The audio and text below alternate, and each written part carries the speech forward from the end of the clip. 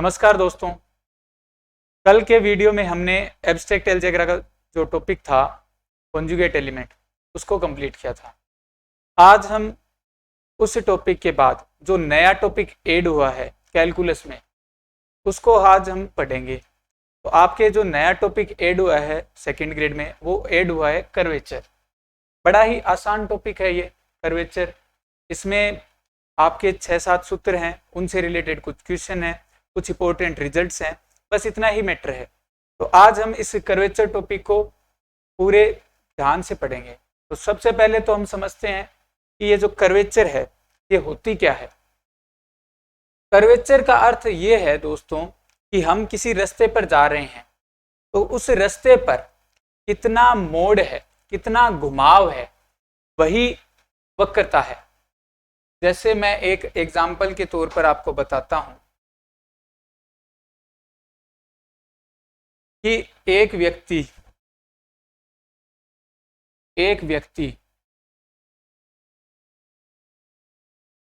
किसी रास्ते पर जा रहा है और उसमें इस टाइप का घुमाव आ रहा है। तो ये जो घुमाव की जो मात्रा है वही आपके वक्रता कहलाती है। वही क्या कहलाती है? वक्रता। यानी कि इसकी डेफिनेशन ये है कि वक्र के किसी बिंदु पर का मोड़ या घुमाव ही वक्रता कहलाती है। तो ये इसकी डेफिनेशन है कि कोई व्यक्ति जा रहा है तो किस रास्ते में कितना घुमाव आ रहा है, वो घुमाव की जो मात्रा है वही वक्रता कहलाती है। अब इसमें एक टर्म और आती है वक्रता त्रिज्या। तो अब इस वक्रता त्रिज्या को भी समझते हैं कि वक्रता त्रिज्या क्या होती है। अब इस रास्ते में ये घुमाव आ रहा है, अब इसका केंद्र मान लो ये रास्ते में जो है इसमें इस केंद्र के सापेक्ष घुमाव आ रहा है। इस केंद्र की इस वक्र के किसी बिंदु से दूरी, ये जो दूरी आएगी ये वक्रता त्रिज्या कहलाएगी। अगर ये दूरी अचर रहती है तो ये दूरी क्या कहलाएगी? वक्रता त्रिज्या। इसका अर्थ है कि जो वक्रता है उसका व्युत्क्रम क्या होती है? वक्रता त्रिज्या होती है।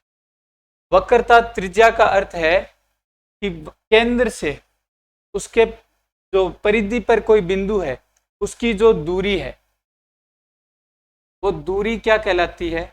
वक्रता त्रिज्या कहलाती है। तो अब इसके कुछ चीजें हैं जो हम पढ़ते हैं। तो देखो बिंदु C जो है वो आपके क्या कहलाता है? वक्रता का केंद्र कहलाता है। यहाँ बिंदु अगर हम O की जगह C लें तो ये C क्या कहलाएगा? वक्रता का केंद्र कहलाएगा। अब बिंदु C को केंद्र मानकर CP को त्रिज्या मानकर खींचा गया वृत्त।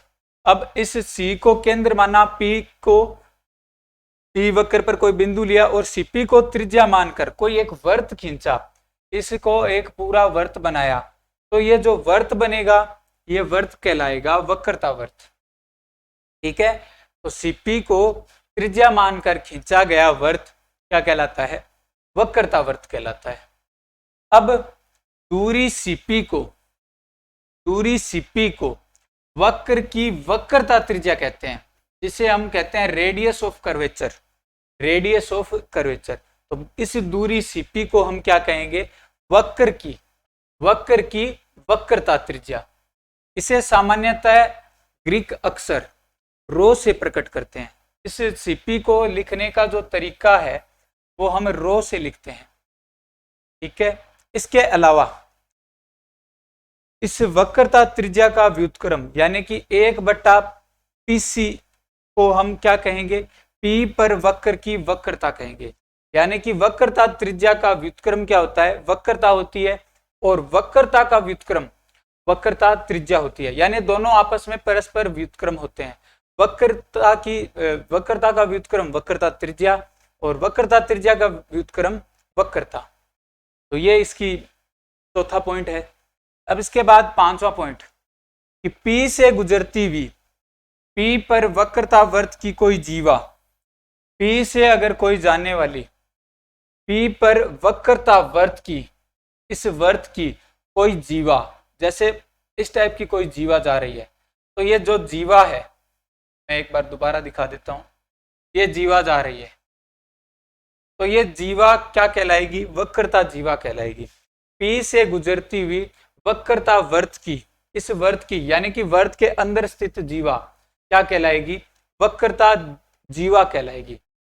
पी से गुजरती हुई पी पर वक्रता वर्त की जीवा वक्रता जीवा कहलाती है। तो ये इसकी कुछ इंपॉर्टेंट डेफिनेशन हो गई जो आपको आनी चाहिए। इसके बाद हम इसके जो मूल जो सूत्र हैं, जो जिनके द्वारा हम वक्रता त्रिज्या का मान निकालेंगे, वक्रता का मान निकालेंगे, उनको देखते हैं। तो देखो, सबसे पहले तो आपको नेज समीकरण के रूप में वक्रता निकालने का सूत्र आना चाहिए। अब नेज समीकरण किसे कहते हैं? नेज समीकरण का अर्थ है कि एस और साई में जो संबंध को वक्र दर्शाता है वो नेज समीकरण कहलाता है। अगर किसी वक्र का समीकरण एस और साई के रूप में हो तो वह समीकरण क्या कहलाती है? नेज समीकरण कहलाती है। जैसे मैं लिख दूं एस बराबर सी सेक साई, मैं लिख देता हूं एस बराबर ए साई। तो ये सारे जो समीकरण हैं जिसमें ए एस और साई में संबंध है, ये सारी समीकरण क्या कहलाएगी? नेज समीकरण कहलाएगी। एस और साई में जो संबंध दर्शाता है वह संबंध दर्शाने वाली समीकरण क्या कहलाती है? नेज समीकरण कहलाती है। तो एस और साई के मध्य जो संबंध दर्शाती है वो नेज समीकरण कहलाती है। अब इन समीकरणों से हम वक्रता कैसे निकालेंगे तो समझते हैं। तो जैसे मान लो मैं इसमें एक एग्जांपल के रूप में s बराबर सी से एक साई का ले रहा हूं, s बराबर सी से एक साई। अब इसका हमें वक्रता और वक्रता त्रिज्या दोनों निकालने हैं।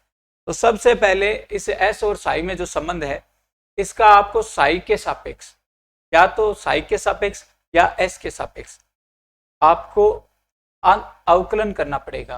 तो s का बराबर सी से एक साई है तो इसका हम अवकलन करते हैं साई के सापेक्ष। तो ये बनेगा ds बटा डी साई बराबर सी सेक साई टेन साई।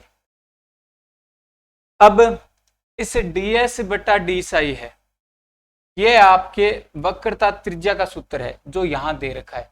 वक्रता त्रिज्या का सूत्र क्या है? ds बटा डी साई। और वक्रता का सूत्र क्या है? इसका उल्टा, यानी कि डी साई बटा ds।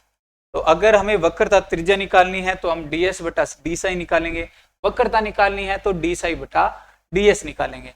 तो अब इस ds बटा डी साई का मान आपके आ गया रो बराबर सी सेक साई टेन साई। अब यदि हमें इसका मान s के रूप में निकालना है तो s के रूप में निकालने के लिए हमें इस सेक साई और टेन साई को हटाना होगा। इनको हटाने के लिए मैं एक बार आपको बोर्ड पर थोड़ा साफ करके दर्शा देता हूं।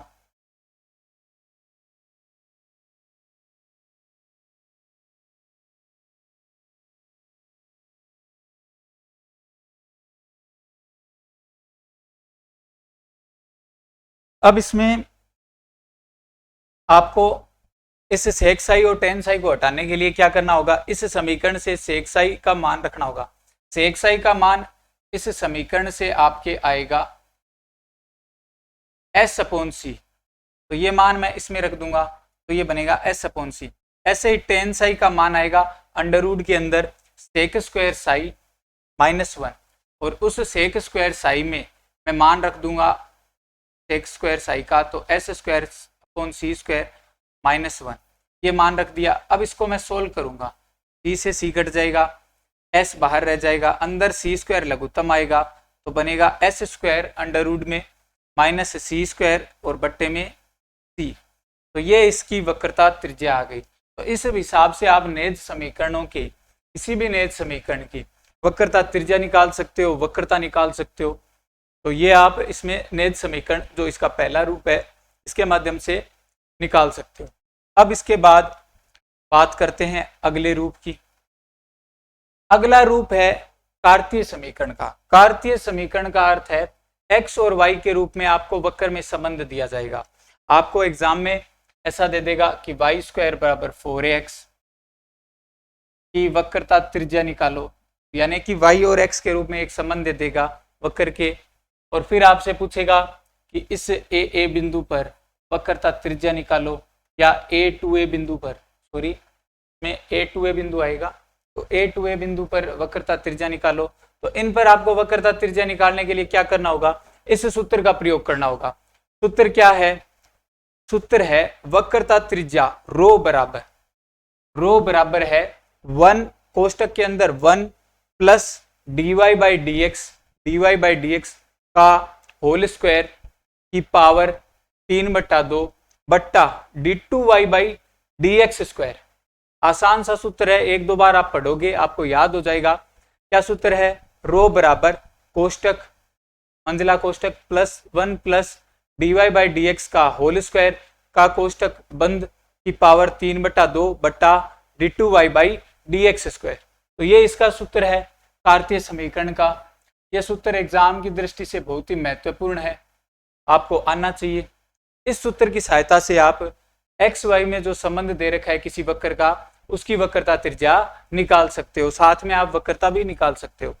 अब इसमें एक ड्रॉबैक है, इसमें एक दिक्कत है कि यदि आपको इस प्रश्न में अगर dy बाई डी एक्स का मान अनंत मिल जाए तब आप कैसे निकालोगे, यानी कि dy बाई डी एक्स का मान अनंत मिल जाए तब आप इस सूत्र का प्रयोग नहीं कर पाओगे।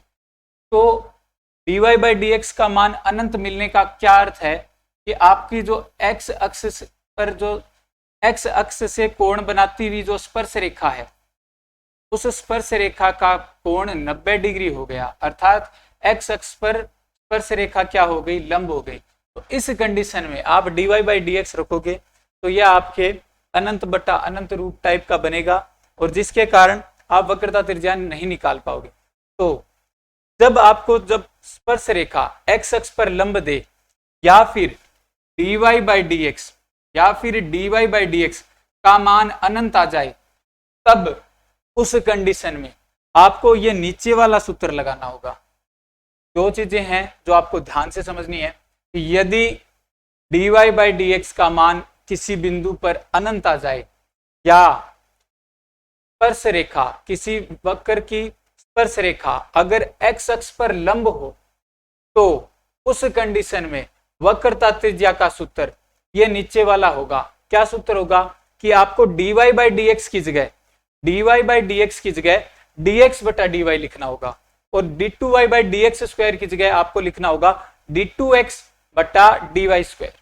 तो इसका सूत्र बन जाएगा आपके, जब स्पर्श रेखा x अक्ष पर लंब हो तो सूत्र बन जाएगा रो बराबर कोष्टक 1 प्लस dx बटा dy का होल स्क्वायर की पावर 3/2 बट्टे में d2x बटा dy स्क्वायर। तो ये आपके सूत्र बन जाएगा, इस सूत्र को आपको प्रयोग करना है। ठीक है, अब इससे रिलेटेड ये एक सवाल कर लेते हैं कि y स्क्वायर बराबर 4ax है, इसकी बिंदु a, 2a पर वक्रता त्रिज्या ज्ञात करते हैं।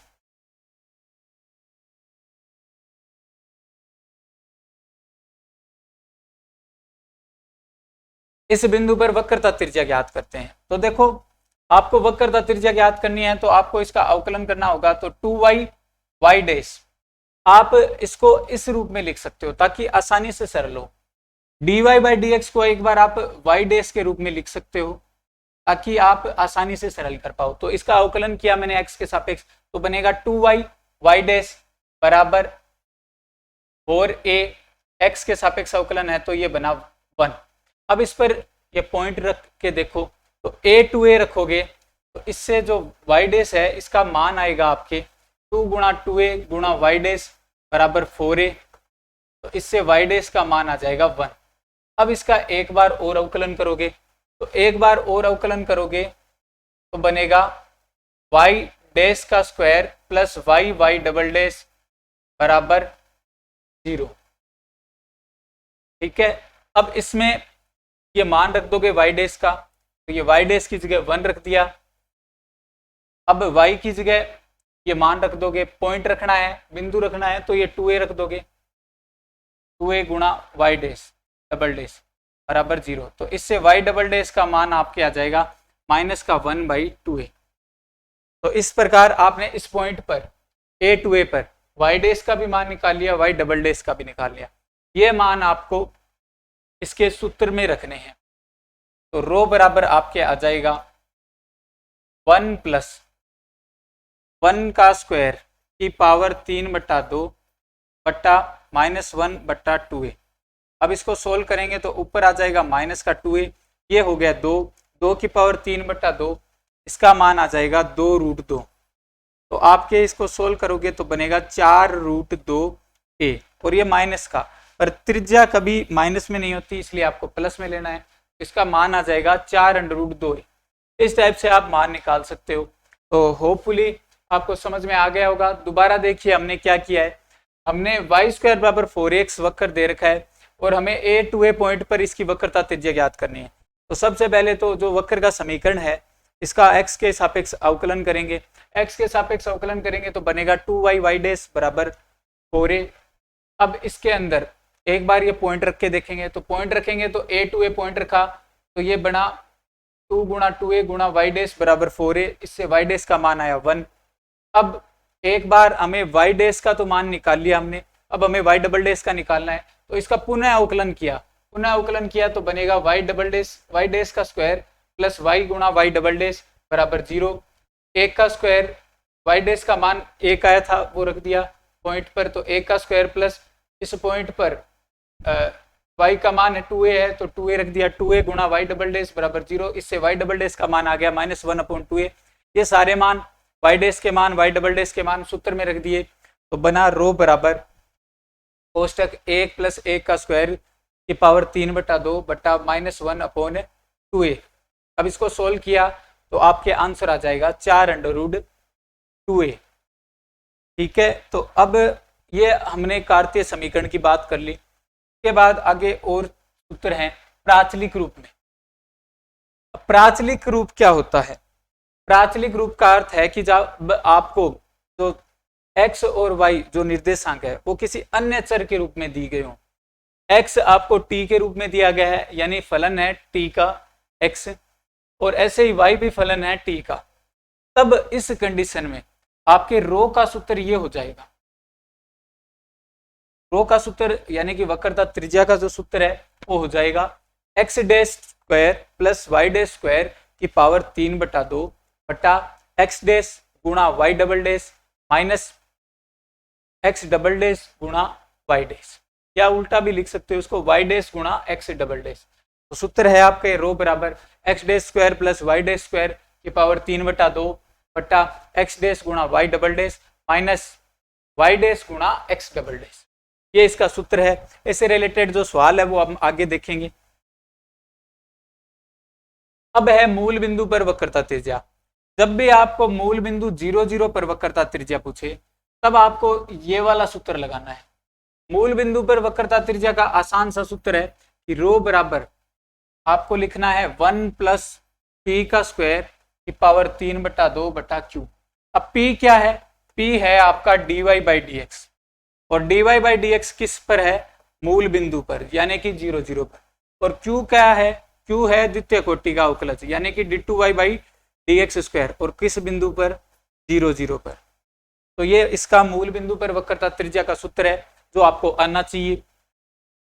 अब ये वो वही सूत्र है दोस्तों जो हमने कार्तीय रूप का पढ़ा था, बस इसमें p और q लिख दिया, उसमें dy बाई dx लिखा था और d2y बाई dx स्क्वायर लिखा था। सेम वही सूत्र है, इसमें आपको कुछ भी याद करने की जरूरत नहीं है।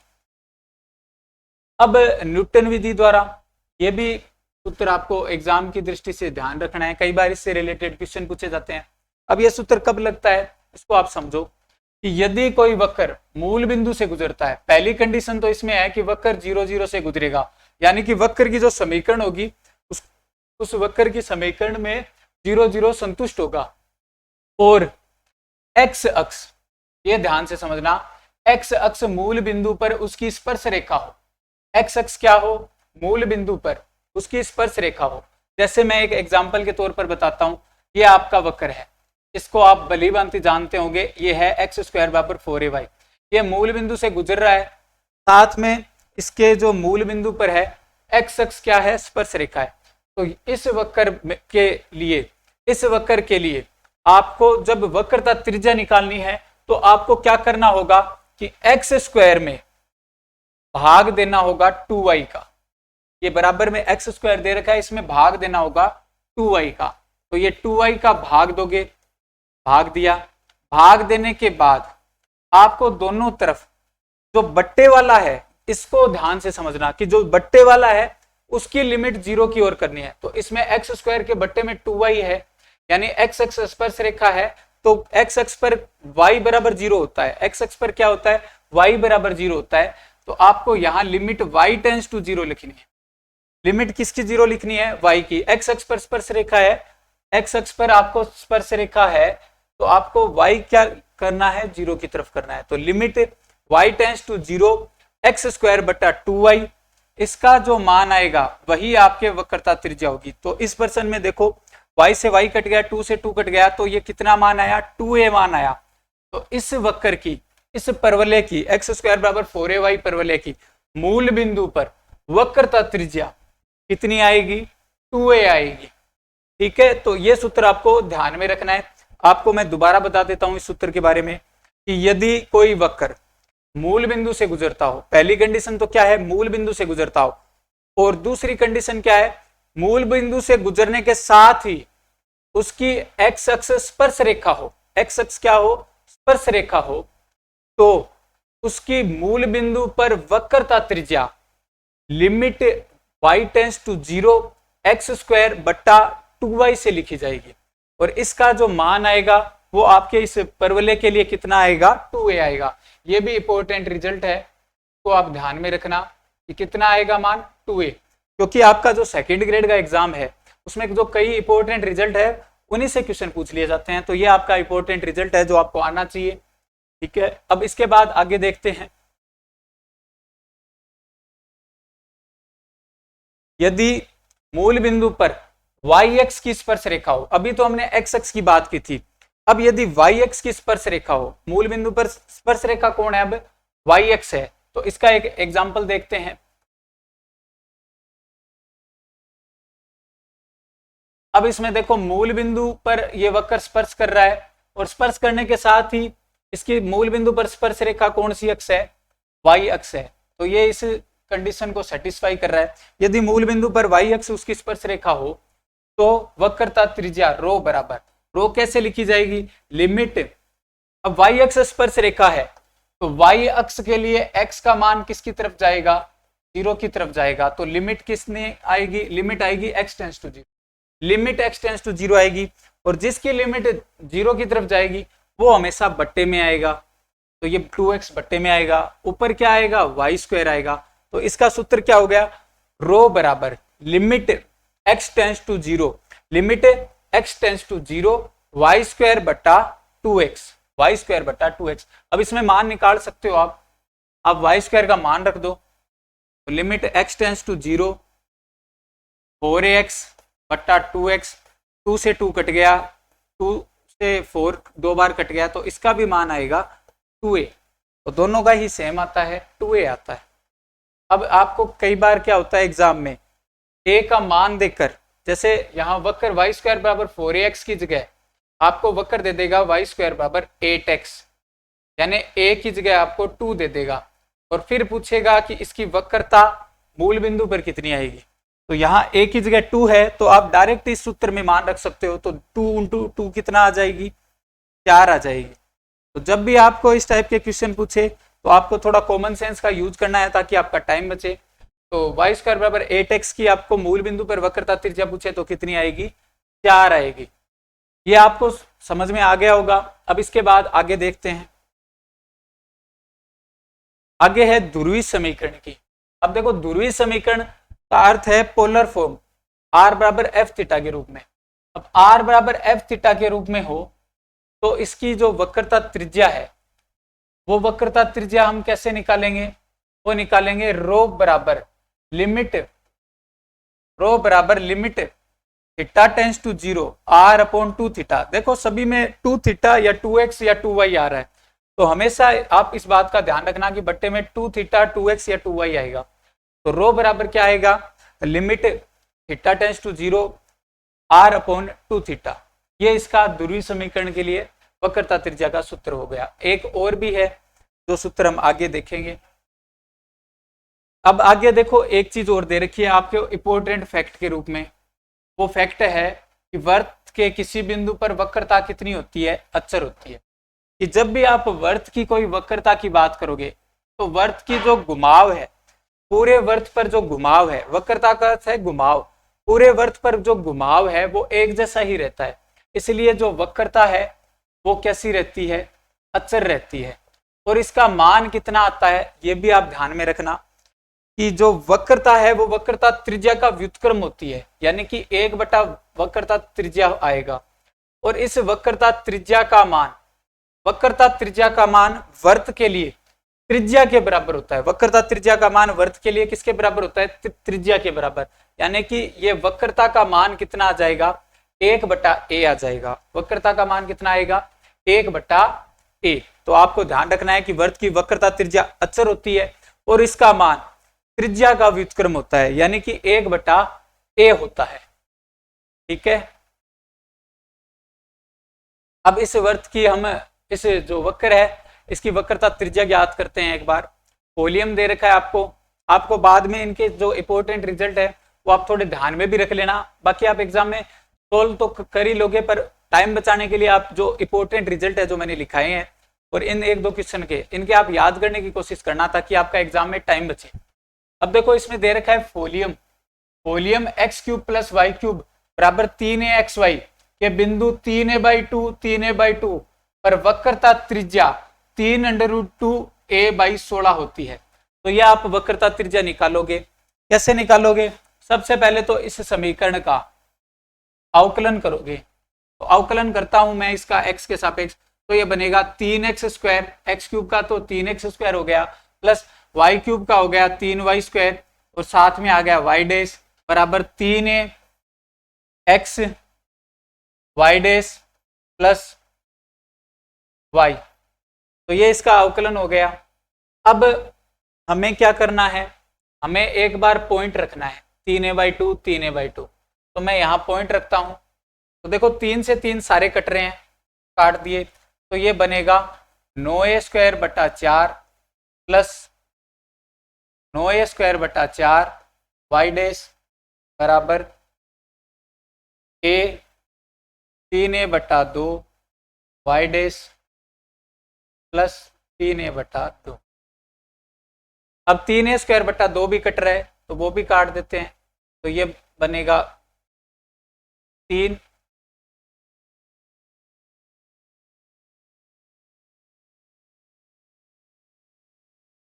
3/2 प्लस 3/2 y डैश बराबर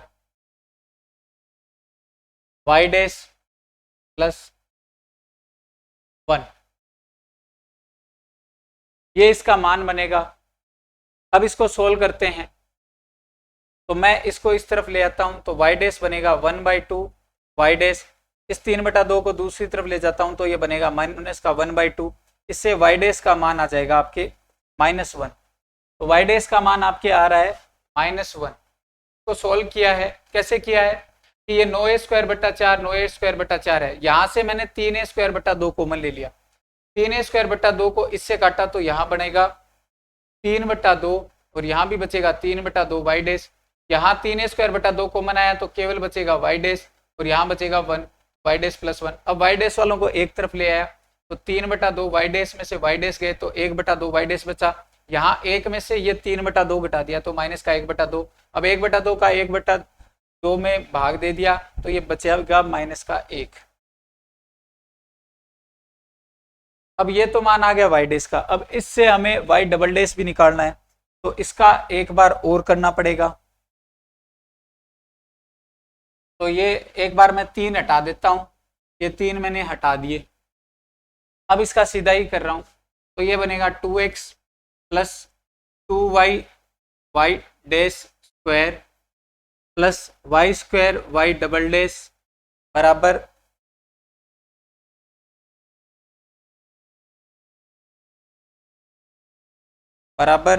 बनेगा, a बाहर है, ये x का बनेगा, x का अवकलन होगा तो बनेगा 1। तो ये y dash plus x y dash का डैश और आ जाएगा तो y double dash plus y dash. ये मान आया। अब इसमें मान रख देंगे, तो सारे मान रख देते हैं। तो ये 2 गुणा 3a/2 प्लस 2 गुणा 3a/2 और ये y डैश का मान -1 रखा तो ये 1 प्लस इसका मान 9a² और इसका मान आ गया, y डैश का मान आ गया आपके -1 और ये 3a/2 y डबल डैश और ये -1।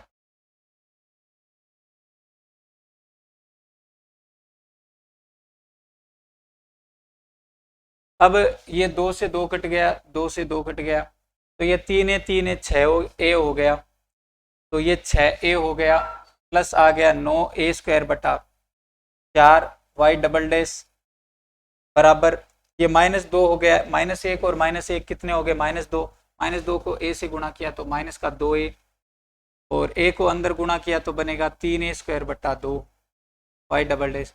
y डबल डैश वालों को एक तरफ ले आए, फिर इसको सोल्व किया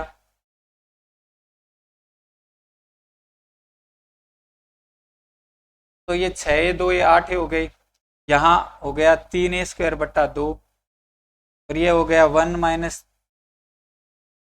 3/2 y डबल डैश।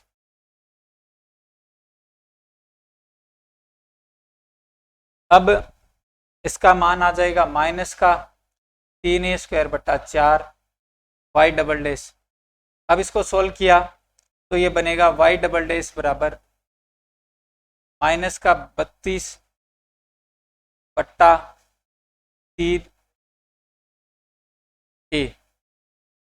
-32/3a।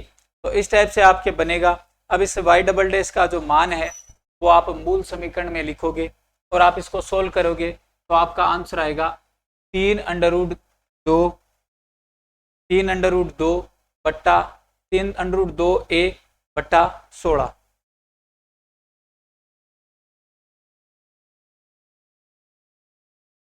तो दोस्तों इस टाइप से हमने कर्वेचर के जो सवाल हैं वो किए हैं। अब आगे और भी सवाल करेंगे अगले वीडियो में। तब तक के लिए आप इस वीडियो को देखिए और आगे शेयर कीजिए। अगर आपको अगर ग्रेजुएशन का कोर्स खरीदना है तो आप हमारी ऐप है MSP कोचिंग क्लासेज ऐप, उस पर आप ये कोर्स परचेज कर सकते हैं। तो आप इस कोर्स को ज़रूर परचेज करें और अगले वीडियो में हम कर्वेचर से रिलेटेड और भी सवाल करेंगे। तब तक के लिए धन्यवाद।